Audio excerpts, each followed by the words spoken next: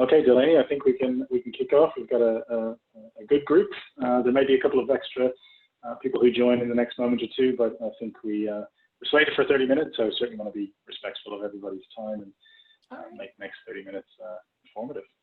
Great, absolutely. Happy to get started. Good afternoon, everyone, and thanks for joining us today for the 3 S's of improving your workplace safety protocols.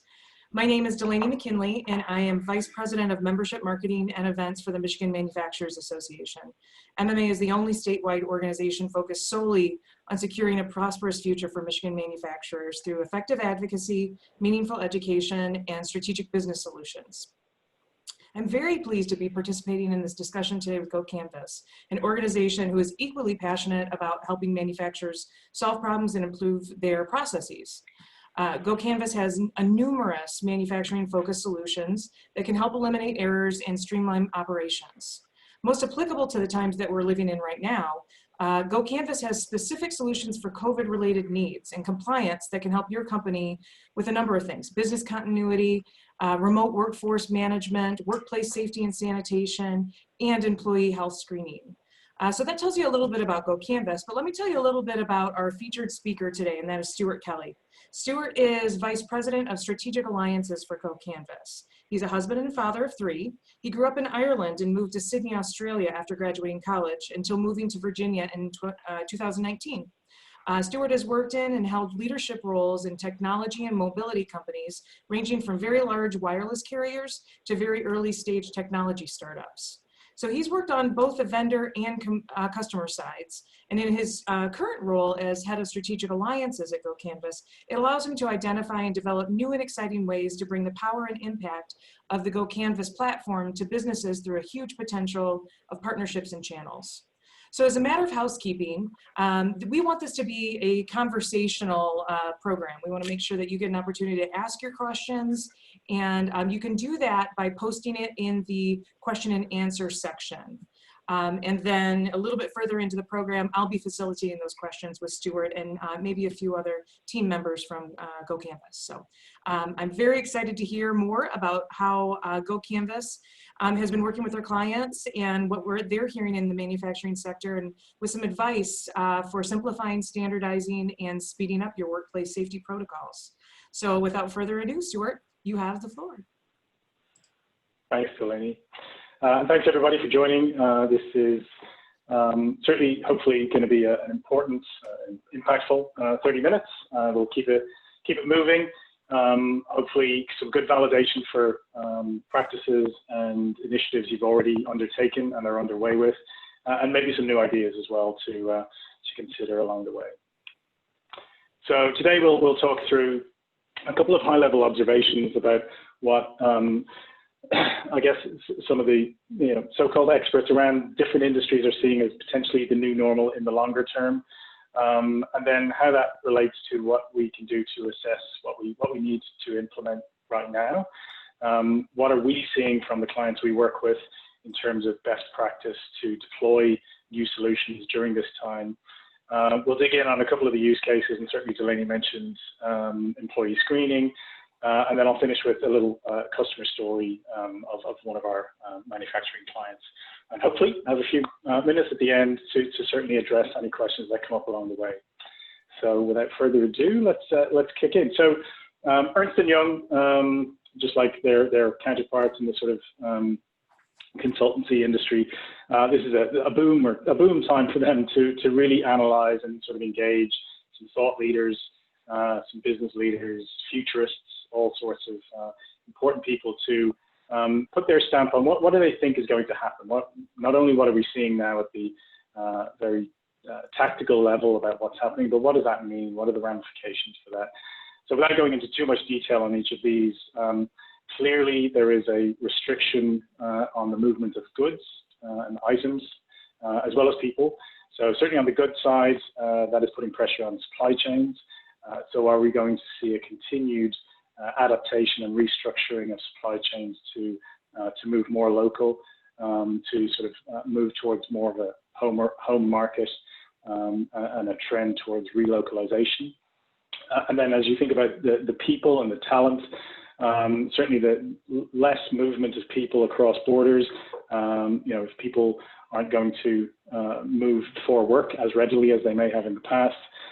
What does that mean? So any roles within an organization, manufacturing included, that can be done remote, certainly are probably being done remote right now.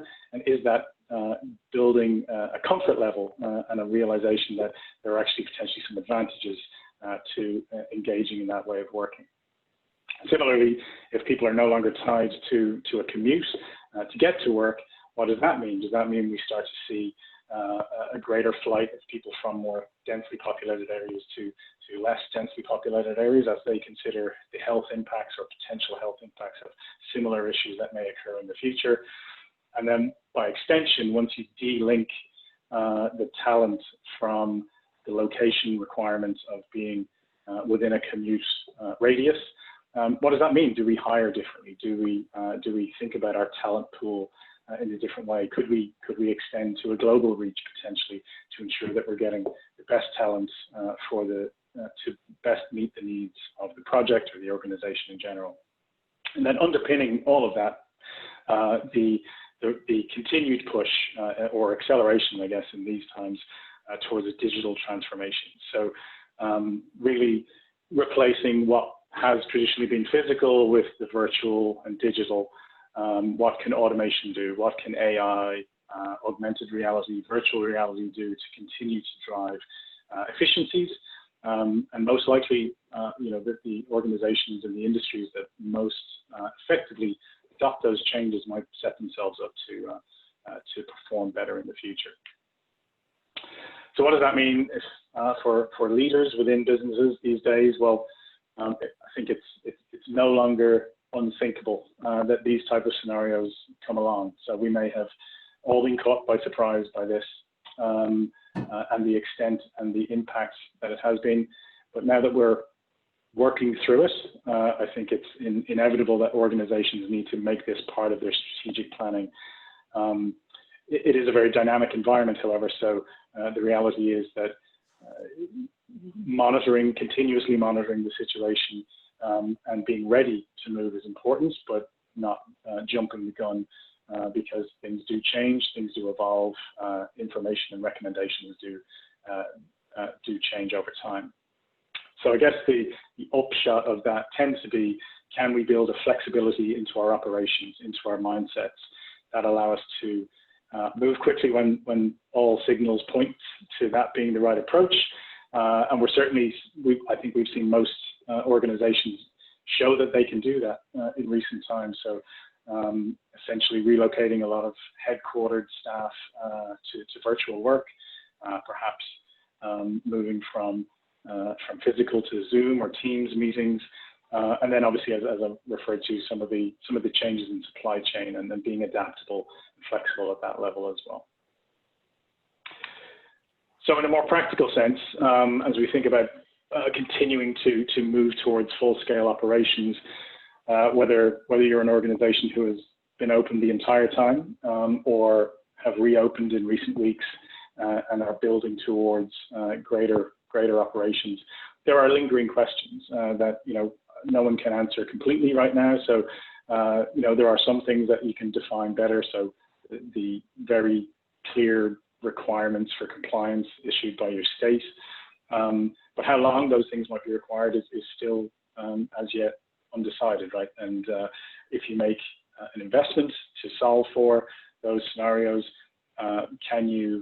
what is the right type of investment to make from a commitment level to get the best value versus how much time you may have to invest in that? Similarly, if things go in a different direction, might some operations be stood down again in the future?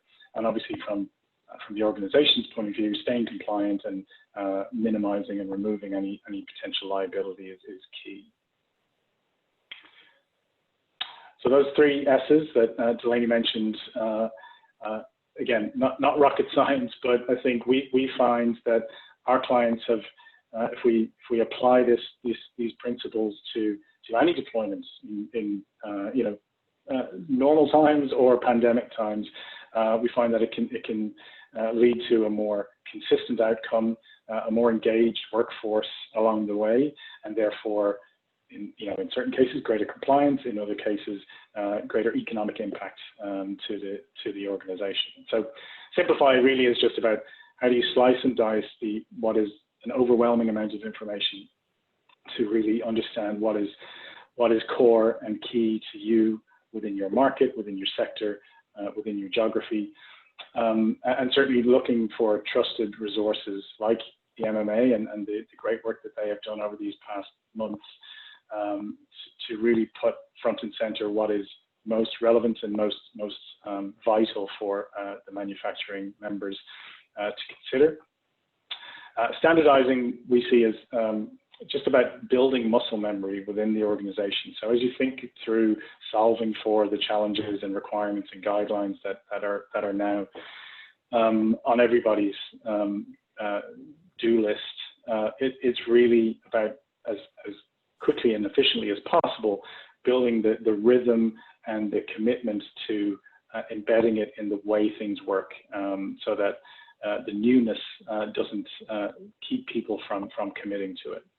And then once that capability has been embedded within the organization, once it is up and running, it's really about, have a well-selected digital solution, if that's the way you go for solving for some of these challenges, should be a core competence and a capability that you can redeploy in other areas of the business, whether it's just the general operational improvements across the shop floor, whether it's the interaction between workers and the HR department, whatever way your solution might also benefit the organization, should be one of the considerations as we go through the process of identifying the right way to meet the needs. So in terms of, this is not new news to anybody, but the sort of broad areas that are critical, I think, for any workplace currently operating and continuing to increase operations or looking to increase operations, really come down to a few core elements. So physical distancing, no doubt a huge challenge in particularly, potentially manufacturing environments. The constant use of the required PPE, and just the general, frustration that can occur with that. It's definitely new. It's a required behavior. The reasons are clear, but it's certainly something to be considered. Cleaning and sanitizing the entire workspace, the workplace. Both before people return to work, while people are on the job. Not just the surfaces and the areas, but also anything that is a shared resource, whether it's materials or tools or machinery. As we mentioned at the top, required health screenings are pretty ubiquitous now across the US. There are some slight variations, whether temperature is included or not, but generally most states now either require or strongly recommend that every employee, and therefore by extension every visitor to the workplace, is subject to a health screening. And then in the unfortunate event that someone does exhibit symptoms or has been exposed or tests positive, what is the next steps? What are the processes in place for as the employer to assist that employee with testing, isolation, or even contact tracing to anyone else who may have been in contact with that employee. So rolling, each of those components into sort of broad capabilities that an organization needs to have or redeploy if they already had it. It's really about, there's collecting information, there's distributing information, and then there's an efficient way to update that information so that version control is really top of mind. So, there's security components that need to be factored in there. The timeliness of information and making sure that people are acknowledging their role within how these things roll out within the organization is very important. So thinking through the end-to-end requirement of what each of those previous categories of changes on the last slide might mean is critical. So what we see generally in terms of the right sort of buckets to apply to a decision process is really security and privacy critical, especially given some of the information we're now looking to collect is health related. So there are certainly some required required mandates around how and why that information is being collected and stored. We're definitely working in an environment where people are less physically proximate. So what tools are we putting in place to ensure that we're minimizing any downtime or productivity impacts by accelerating or enabling the continued collaboration of team members? We've got, in any workforce, whether it's tens of people or hundreds or thousands, you're going to have a spectrum of capability when it comes to technology. You're going to have a spectrum of environment, from presence of Wi-Fi, bad or good, or connectivity in general. You're going to have different lighting conditions. You're going to have potentially daytime, nighttime. There's going to be a whole range of factors that go into deciding what the right solution is for your environment and for your workforce. And then anything you invest in, anything you invest in from a technology point of view should play nicely with everything you've invested into that point, right?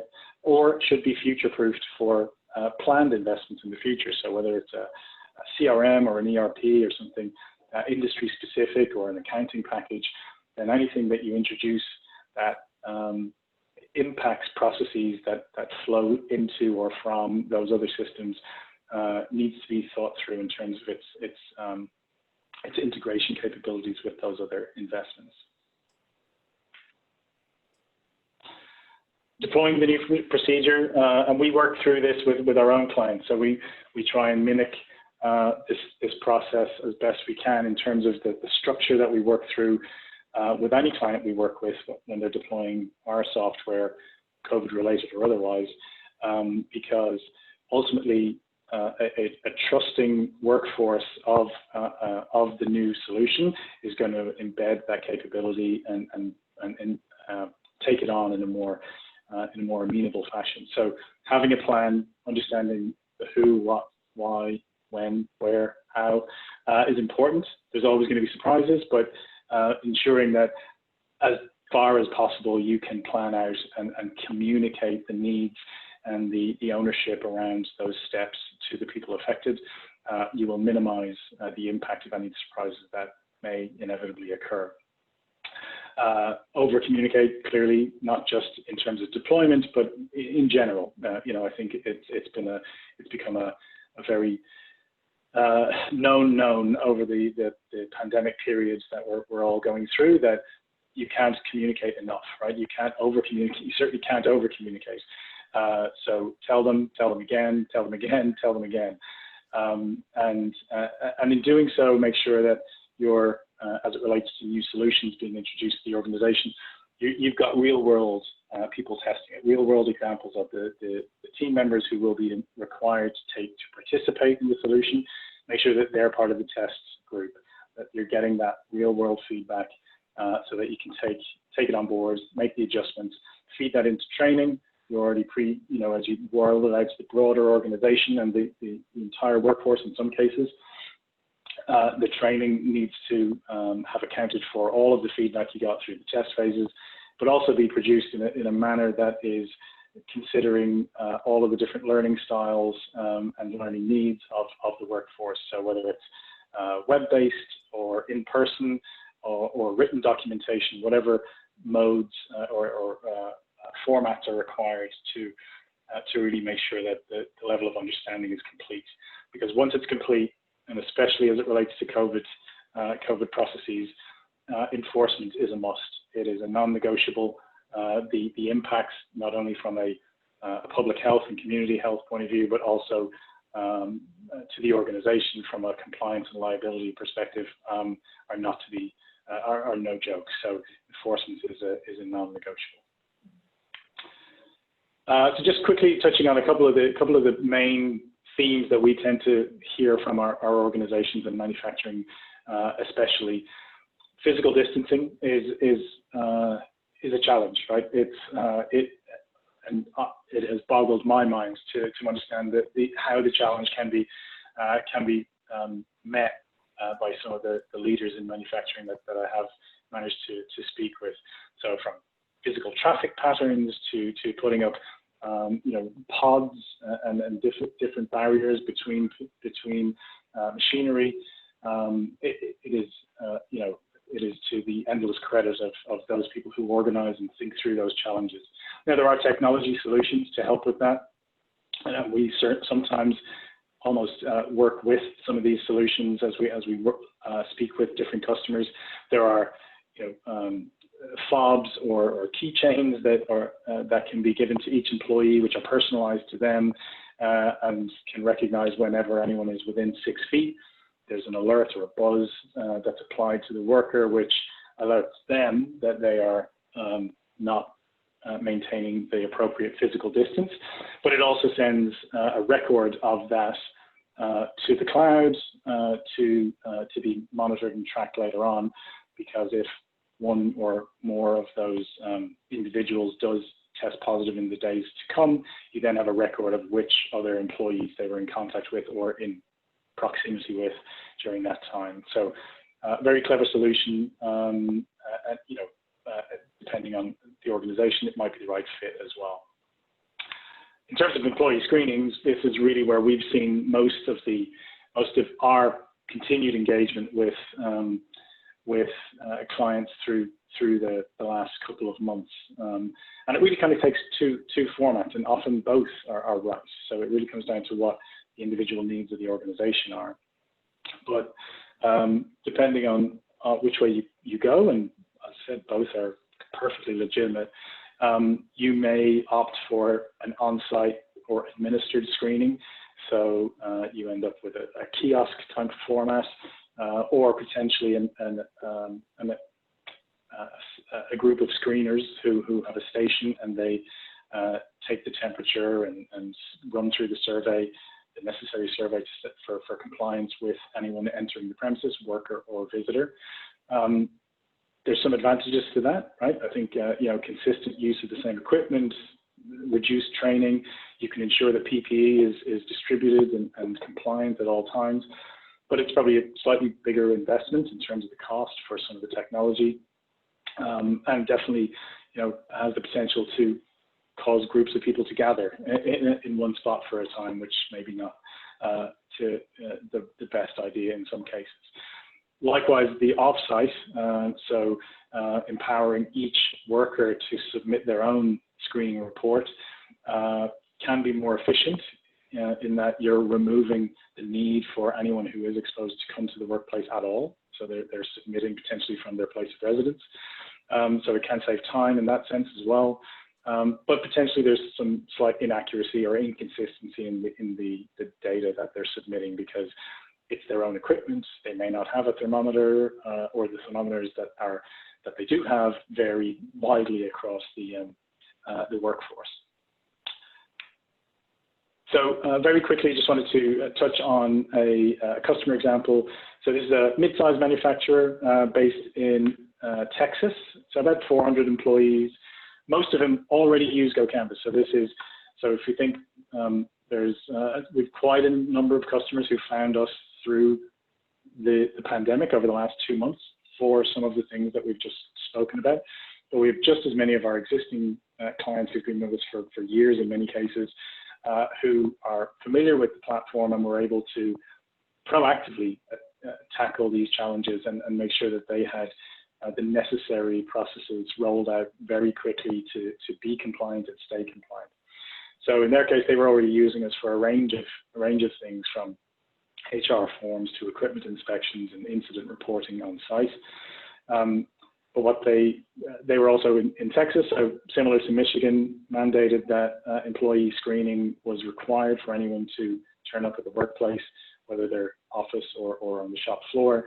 And potentially across the different counties and the different municipalities, there was a need for slightly varied language in terms of any waivers or agreements that were needed, which obviously was a requirement. So they were able to very quickly create the necessary business processes, publish them to what was an already familiar 300 plus person use of GoCanvas within the company, eliminating any slight training overhead that they may have had around that as well. But also allow them to track and monitor what was needed for compliance, and if changes were needed, it was rapid, right? They could very quickly turn around those changes and stay compliant same day.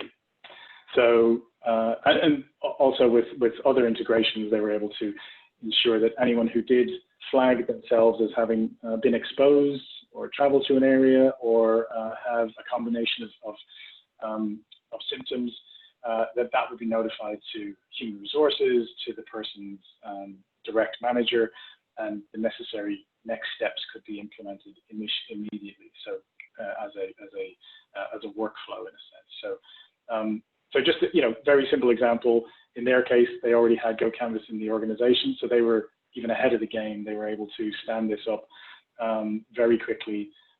In other cases, we're seeing customers who've come to us for this, then wonder, well, what else can you do for us? And as Delaney said, we have numerous manufacturing clients who use us for a whole host of operational needs that they have across their business. So we do have a few minutes for questions, I think. So I'll just leave this on the screen. So anyone who is on the line or viewing this later, if you do want to learn a little bit more about our organization and what we may be able to work on together, whether it's COVID related or more general in nature, then Mallory is standing by and can help connect you with the relevant person at the GoCanvas organization to have what will hopefully be a fruitful conversation.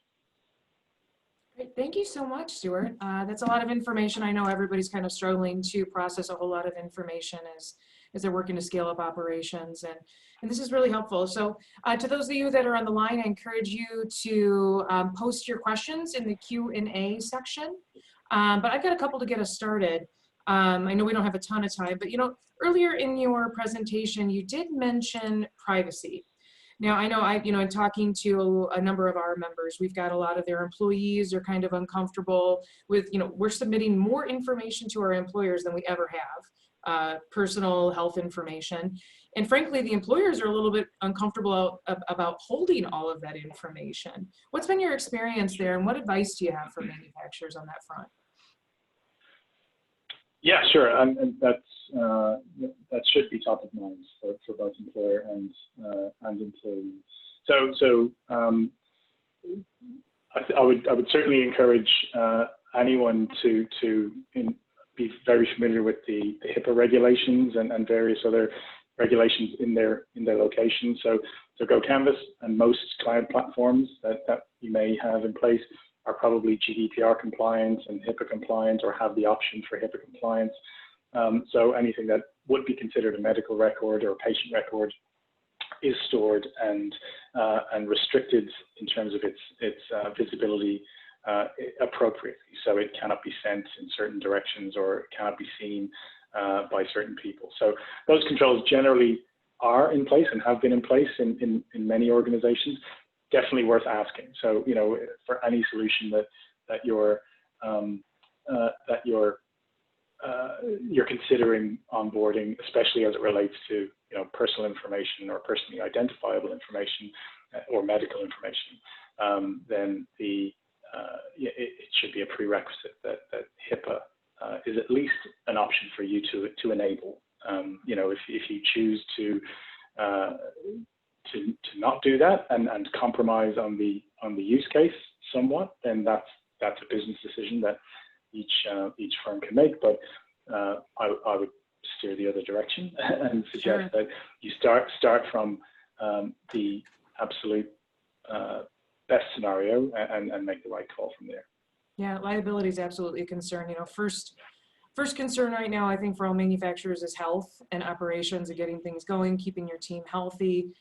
Secondly, making sure you're in compliance with the various regulations. But third, I think there's a lot of folks that are concerned about the liability in the long run, what's going to come out of this later on, for maintaining different information, for having different ways that you are conducting your business. So, something we're working on here at MMA, but for liabilities purposes, it's something you need to consider. So it looks like we do have a question from, it looks like a company that has facilities in Michigan, in the Midwest, and the South.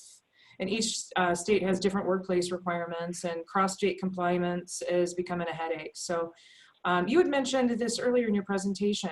What advice do you have for manufacturers trying to manage disparate government mandates? Yeah, so I guess there's a few different approaches. You could establish what the highest common denominator is, or lowest common denominator. What are the common elements across? And then there are. I mean, you know, we try and monitor state by state what the requirements are as it pertains to why people might use our solution. But where there is very specific language or very specific information that needs to be gathered, you know, with our solution, and you know, with many solutions that maybe are being considered, you can vary. You can have that variability. So you can have a Michigan version, and a Delaware version, and a California version, if there are needs to do so. The core of it can be the same, and certainly from a reporting point of view, you can aggregate those insights and be aware across the whole footprint of your organization. But where there are local, state requirements that vary from another location that you have, that's usually not that tricky to do. You know, there may be some slightly different training requirements, so there's a flow-on impact of the more variance that you have of something. You need to train and enable it accordingly, but in terms of standing up the solution to accommodate that, it's usually pretty straightforward. Great. I know we want to be respectful of folks' time, and you had mentioned a 30 minutes. So I want to thank you so much for a really interesting discussion today. Lots of great information. I want to thank all of our participants today for joining us. And I want to remind you to check out GoCanvas.com, or you can contact Mallory's contact information is on the screen right now, for an array of manufacturing-specific solutions to help save costs, stay in compliance, increase workplace efficiency, and unlock the power of your data. MMA also has a vast array of resources that we've pulled together to support manufacturers here in Michigan. So I would encourage you to go to mimfg.org, or you can contact me directly at mckinley@mimfg.org. That's mckinley@mimfg.org. So once again, thank you so much, Stuart. This was a really great opportunity to go over all of this information. No, thank you so much, and look forward to continued partnership with the MMA. Absolutely. Thank you.